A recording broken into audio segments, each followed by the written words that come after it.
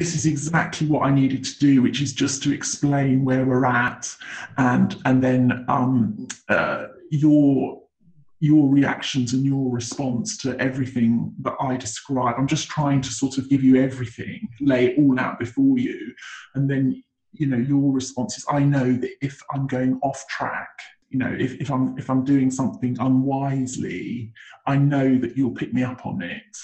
So it's really that's really what I'm relying on. I trust completely your wisdom to pick me up. So, for example, understanding that control is just a strategy, and that we're talking about, and we're looking at needs, so that I can show her. That helps me to be compassionate when I talk about it with her. So that sort of thing. Yeah, that's just so helpful. There's literally nobody else that I can have this conversation with. Yeah. I remember when we first met, and you were telling me that you were so scared of having to put too much energy. Yes. You couldn't do family-based treatment. You just did not have that energy. And I noticed how much you're doing. Yeah. Well, through what we've been doing, I have really lost that terrible fear.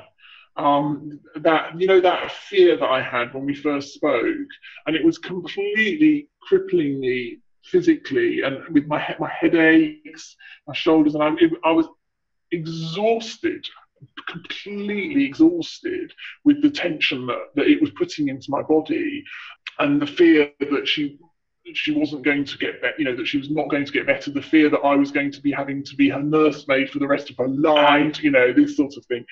Having lost that fear, yes, I'm not frightened of that anymore. And so my body is not nearly so crippled by it. So that definitely frees up a huge amount of energy.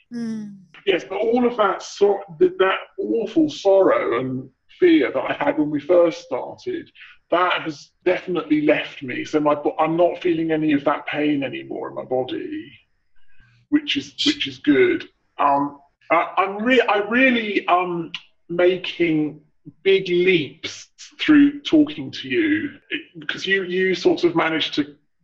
Because when you're thinking something through on your own, you just ruminate and it goes round and round. Whereas talking with you, you isolate and stop on the important points, which is really helpful. It's really good to have someone just sort of like pick out the key things that you can then focus on. That's it. So that's how you move forward, isn't it? Because then you've picked out the real the diamonds in amongst all the all of the blah, blah, blah. and then the next, so that I can then move forward, because I can then focus on the things that are really important, because you've highlighted them for me. So that means that every week I feel like I make a big leap forward. And the thing is that I'm then so much calmer. I know that that in the past sort of 4 weeks, my ability to stay calm in the face of her turmoil has absolutely transformed. Because in fact, before I would have said that her turmoil, I was just taking it all on. Okay, wonderful. I was living her turmoil with her, but now, I'm not living her turmoil. I'm not going through her turmoil with her. My fight or flight isn't being triggered. I can just, find my compassion for her and just understand that what my need is. My need is that she eats her breakfast, and the chundering can just carry on, as much as she wants, as long as she eats the breakfast. So the thing is that I'm not making it any worse than it has to be.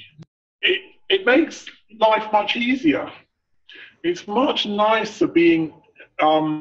It's horrible being in fight or flight the whole time, because she clearly is the whole time, and I was as well. It's really horrible. It's exhausting, and it's physically painful. Yeah, so the fact that my fight or flight is not being triggered all the time now is really helpful to me. Definitely, yeah.